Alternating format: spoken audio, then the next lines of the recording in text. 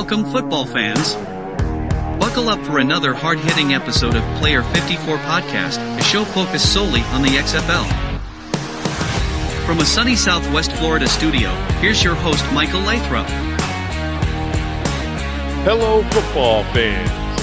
This is episode 48, post-Hurricane Ian, back to the grind.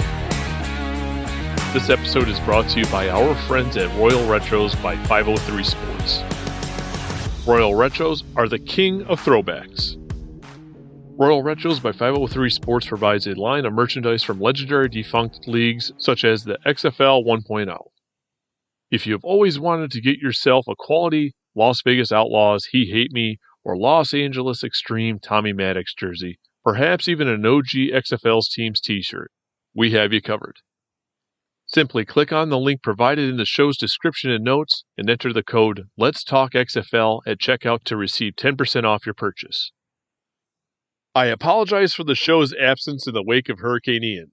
For those who may not know, on September 28th, Hurricane Ian made landfall in southern Florida as a strong Category 4, almost a Category 5 hurricane.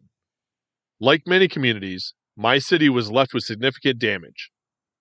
As of this recording, we are dealing with flooded neighborhoods, washed out roads and bridges, no internet, and spotty cellular service. Our absence has not been by choice, but due to the lack of internet, which is vital to uploading our WAV file to update our RSS feed, which updates our podcast episodes on platforms such as Amazon Music, Google Podcast, iHeartRadio, iTunes, Spotify, Stitcher, and TuneIn, just to name a few. Fortunately, seeing that this episode has now posted, our internet has been restored and we are able to provide the XFL fan base and our listeners with updated league developments and unique player journeys. Since our last episode, there have been several interesting developments. First being the XFL canceled their 8 in-market luncheons and pending announcements. However, there are several other newsworthy items to discuss. In addition, later in the show, I will be joined by wide receiver Isaiah Huston to discuss his journey, inclusion in the XFL 2020 draft pool, XFL Arizona Showcase Invitation, and so much more. But first, we have those developments to cover. So, let's get to it. Did you hear the news? Did you hear the news? On September 26th, XFL Director of Quarterback Development Jordan Palmer posted video clips to his social media accounts, which included 9 quarterbacks training for the upcoming season. Among the participants, Jawan Pass, Brian Scott, D'Eriq King, Brandon Silvers, Steven Montez, Jalen McClellan, Drew Plitt, Ryan Willis, and DeAndre Francois. Could these be the XFL franchise quarterbacks for 2023? Only time will tell. Stay tuned in for future updates. Then, on September 29th, XFL insider Mike Mitchell reported the first group of tentatively assigned quarterbacks for the 2023 season.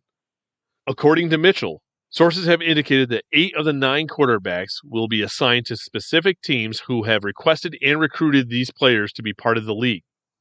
In his XFL News Hub article, he lists the following tentative assignments: Arlington, Drew Plitt from Ball State; Houston, Brandon Silver from Troy; Las Vegas, Jalen McClellan from Baylor and NC State; Orlando, DeAndre Francois from Florida State and Hampton; San Antonio, Jawan Pass from Louisville and Prairie View A&M; Seattle, Steven Montez from Colorado; St. Louis, Ryan Willis from Virginia Tech; and Washington, D.C., D'Eriq King from Miami.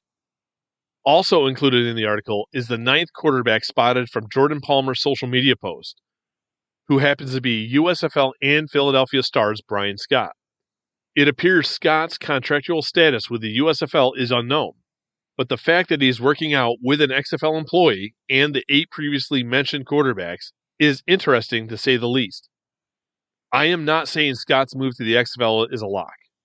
However, let's not forget the 10 positional coaches who have left the USFL recently and the XFL's announcement of their inclusion on 2023 staffs.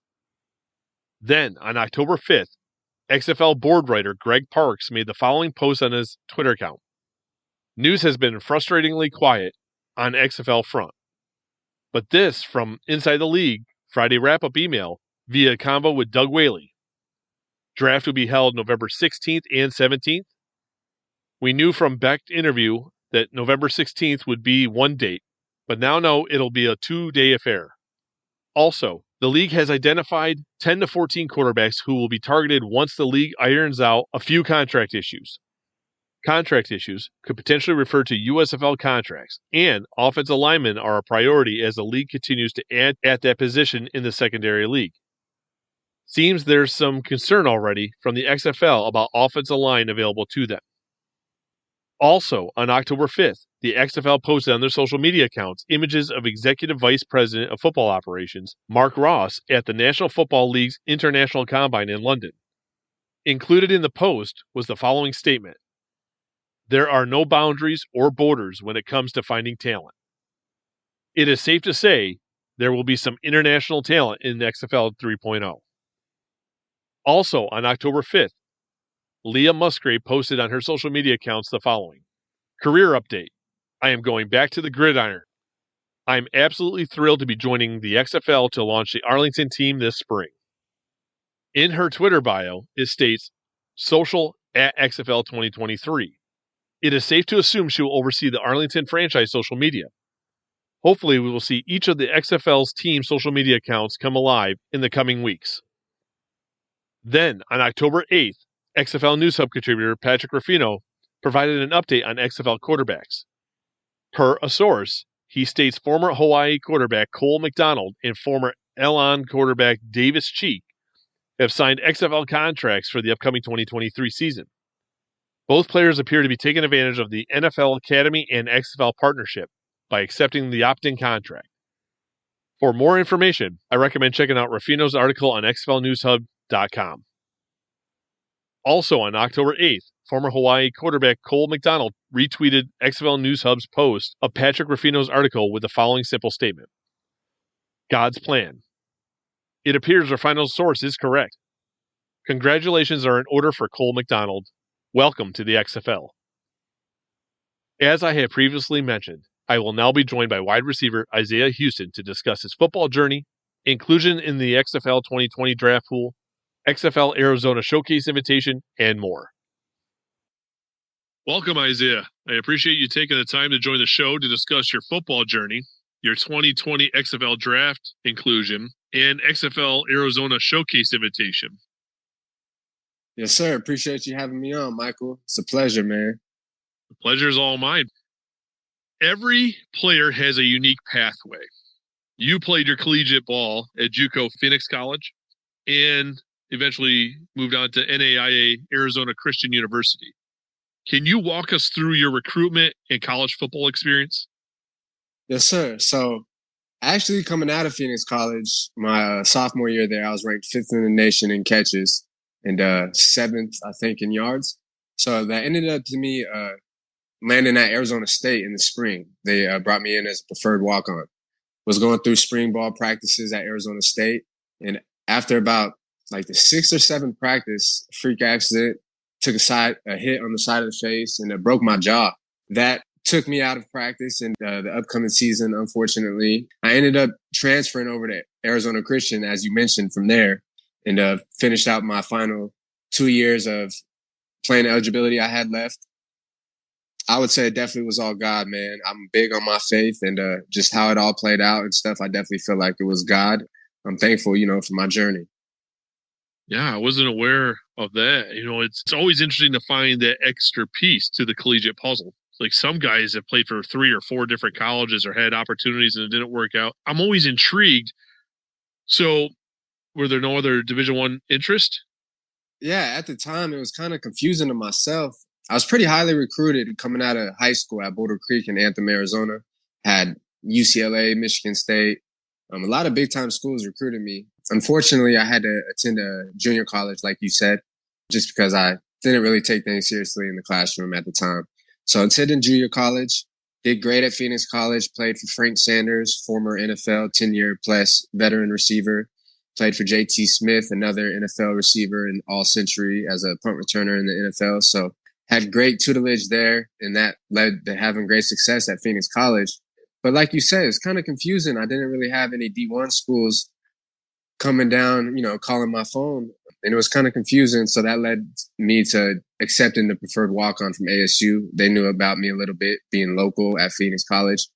So, that's kind of how I ended up at ASU. And was on my way, to successful spring ball. And then unfortunately had that freak accident very shortly.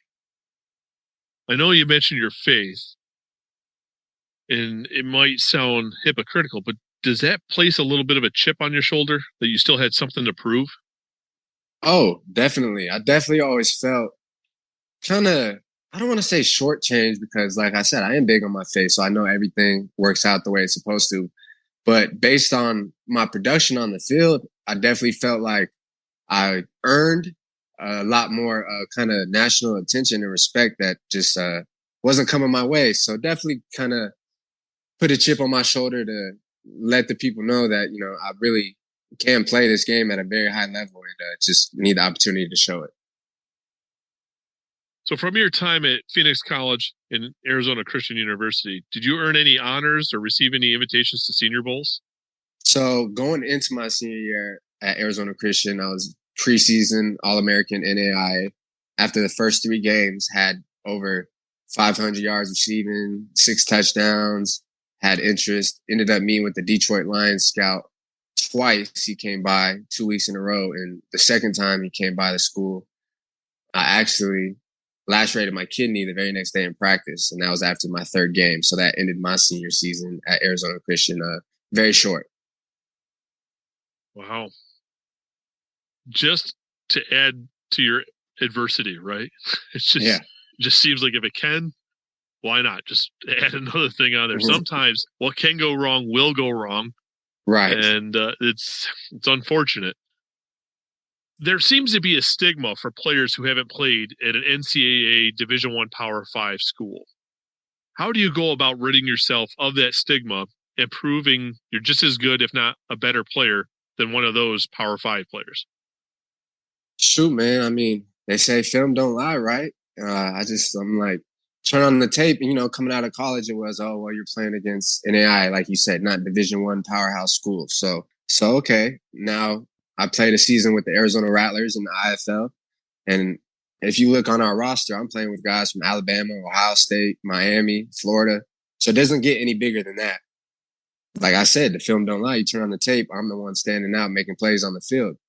And then if you just go off, measurables or combine numbers, my 40, my vertical, my 3-cone, all that stacks up, and if not better than all these Division I guys. So I think, I have everything that you're looking for. It's just getting me there in person at this point.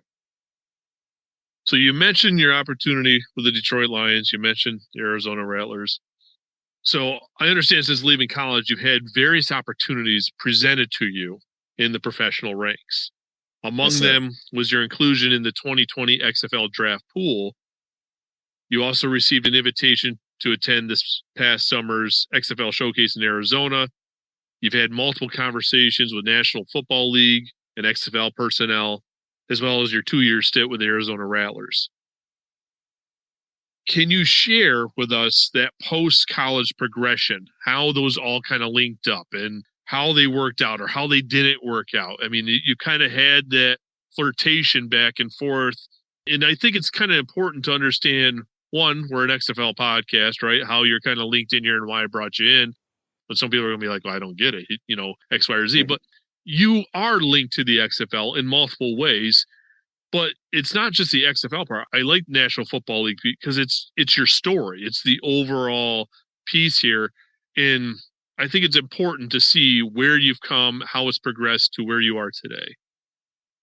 For sure. Coming out of Arizona Christian, after meeting with the Lions scout, he told me straight up, he's like, you can play in the NFL. Like, it's just going to be whether you're going to be able to get enough film and put up enough numbers, which you're doing, right now after those first 3 games, to be able to get the GMs to really take a hard look at you coming from an NAIA school. And I was on my way to doing that. But unfortunately, after 3 games, lacerated my kidney. So from there, I still knew I had the potential to play professional football. So I ended up meeting a guy named Chad Ike, who was a world-renowned strength and conditioning coach, was in the Olympics, trained Larry Fitzgerald, a bunch of top guys. Met him just through a mutual friend. He just moved back to Phoenix from Hawaii, and he ended up allowing me to join his pro day training at no cost, which he, charges these agents a decent penny. So joined his pro day training at no cost. He got me back to where I needed to be and in the best shape of my life. Ended up working out for the Detroit Lions scout, running a 4.440, 38-inch vertical, 10.5 broad jump, 6.603 cone was the official numbers the scout verified. But unfortunately, it wasn't enough to sell to the GM and get me into rookie minicamp. So from there, I was up at Arizona State University running routes one day against some NFL defensive backs who were training. And this gentleman who was just there watching, I didn't know him, calls me over and he's like, "Hey, you're really good. Like, who are you? What's your story?" And this gentleman happened to be Will Lewis, who is a player personnel director in the XFL. He was with the Houston franchise back in 2020. And so just off of that day at ASU, he ended up getting me put in the 2020 XFL draft. And kind of same thing there. Just not enough people knew about me. So the draft came and went. I had like 3 or 4 teams called me the day before the draft saying, "Hey, coaches are interested. Keep your phone ready." Day came and went. I didn't get drafted. And that's kind of what led me to attending an open tryout for the Rattlers here in Phoenix. Impressed them and they signed me on the spot. So that's how I ended up with the Rattlers. So with the Arizona Showcase invite, is it just something you couldn't work into your schedule because of your Rattlers commitment? Is it something that maybe you didn't feel right taking the time? I mean, was it the team that kept you from doing it? Was it your decision? Was it a combination of the two? It was just very unfortunate timing. We had our first playoff game on Sunday with the Rattlers. So we had practice Friday morning. Obviously, I have a commitment to them and being the first playoff game and chasing a championship with them. I was already committed. So we had practice Friday morning, the very same time as the XFL Showcase was going on. And I let Will Lewis know that, but he still told me to make it over, when practice ended up. So practice finished. I hustled my butt over there, caught the very end of the showcase, but was still able to talk with Will and ended up talking with a couple other player personnel directors. So it still ended up being a good day for me, even though I wasn't able to participate in the actual showcase. So you couldn't participate in anything. You was just straight conversations. That's all you were able to Straight conversation. Yeah, I probably caught like the last 10 minutes of them running routes. And at that point, all the testing was over with and whatnot. So just straight conversation at that point. Well, at least it shows that you made an attempt, right? And you didn't just blow it off. So that's a good thing. But I mean, they also understood your situation.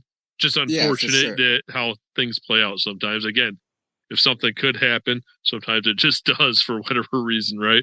Right. Like I said, unfortunate timing, but I think, they were pleased that I still showed up and, I was willing to hop in the lines and run a couple routes, even though I was coming from practice where we just practiced for 2 hours in 110-degree heat in Phoenix. So it wasn't like, I was fresh legs or anything, but I was still going to hop in line and run a couple routes because, I'm just that confident in my ability. I was pulled to the side by a gentleman, a director of player personnel, and ended up talking with him for the final 5 minutes. And then the routes ended up being over with. So I actually didn't end up running any routes. But it was a good day, all in all. Clearly, you're a player of interest of the league. Yes, sir. You have yet to receive that 2023 XFL Draft Invitation. Do you have any plans of participating in this October's American National Combine in San Diego or partaking in any private XFL workouts? At this point, I got to do what I got to do. Back in 2020, I was participated in the private workout for the XFL LA franchise. Did very well there. So I'm just waiting. I know those are invitation only. So I'm just waiting for one of these guys to send me an invite. So you haven't received any from the teams?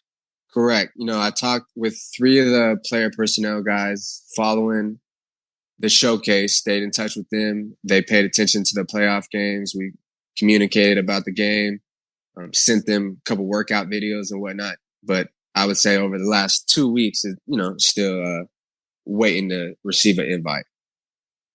I get it. It's that kind of nail biting experience right now. You're just kind of waiting by the phone, or I guess today you don't have to wait by it. You can take it with you. But how about that American National Combine? Because my understanding, they put this together for players that were on the wait list for the showcases that weren't able to participate in any of the other ones.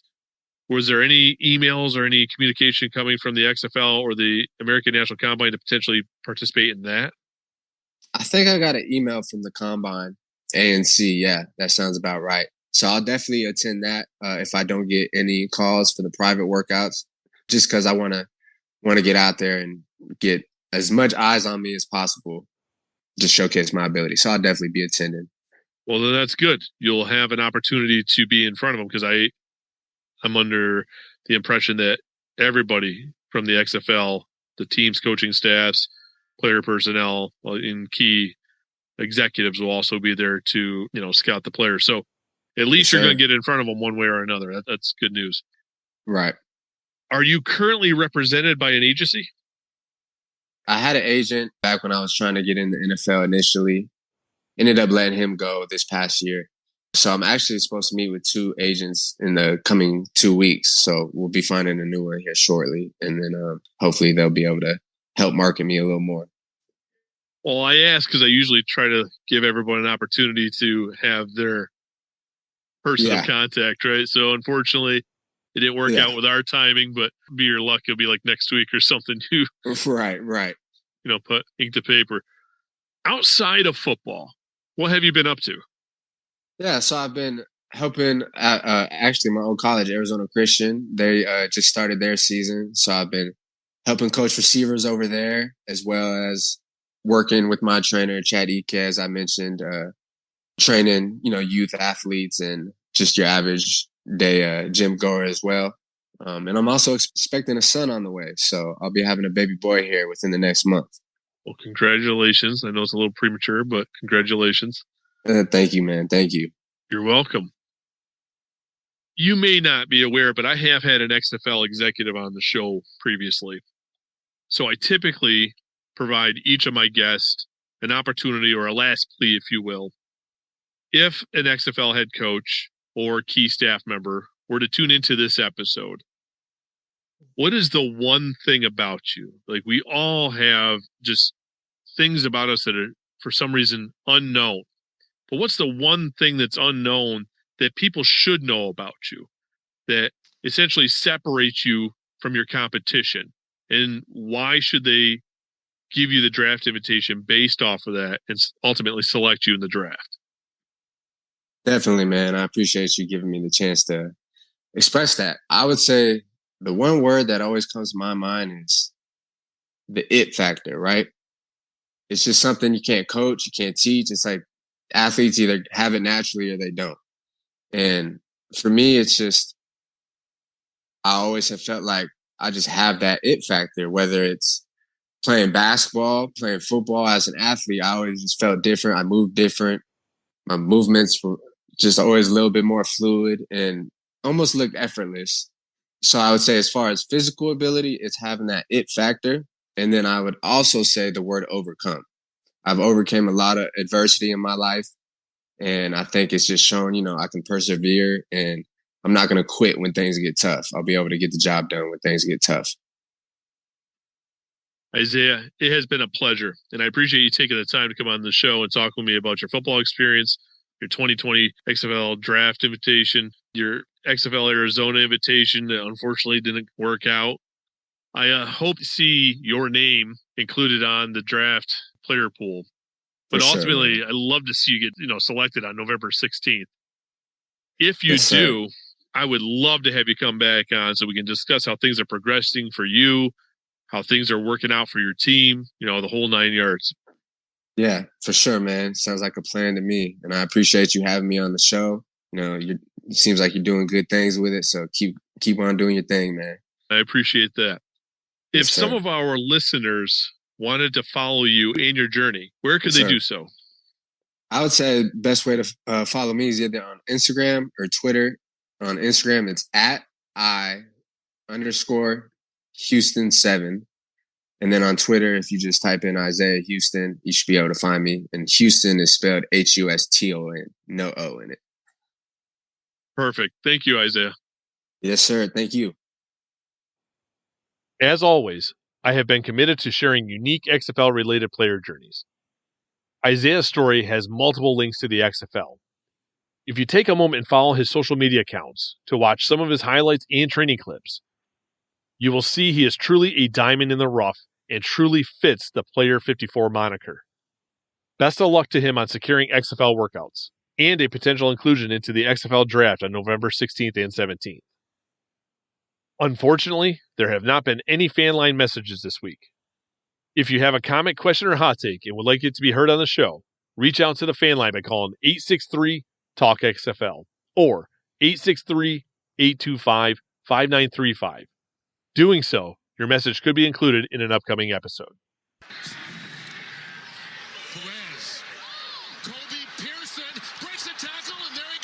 All good things must come to an end.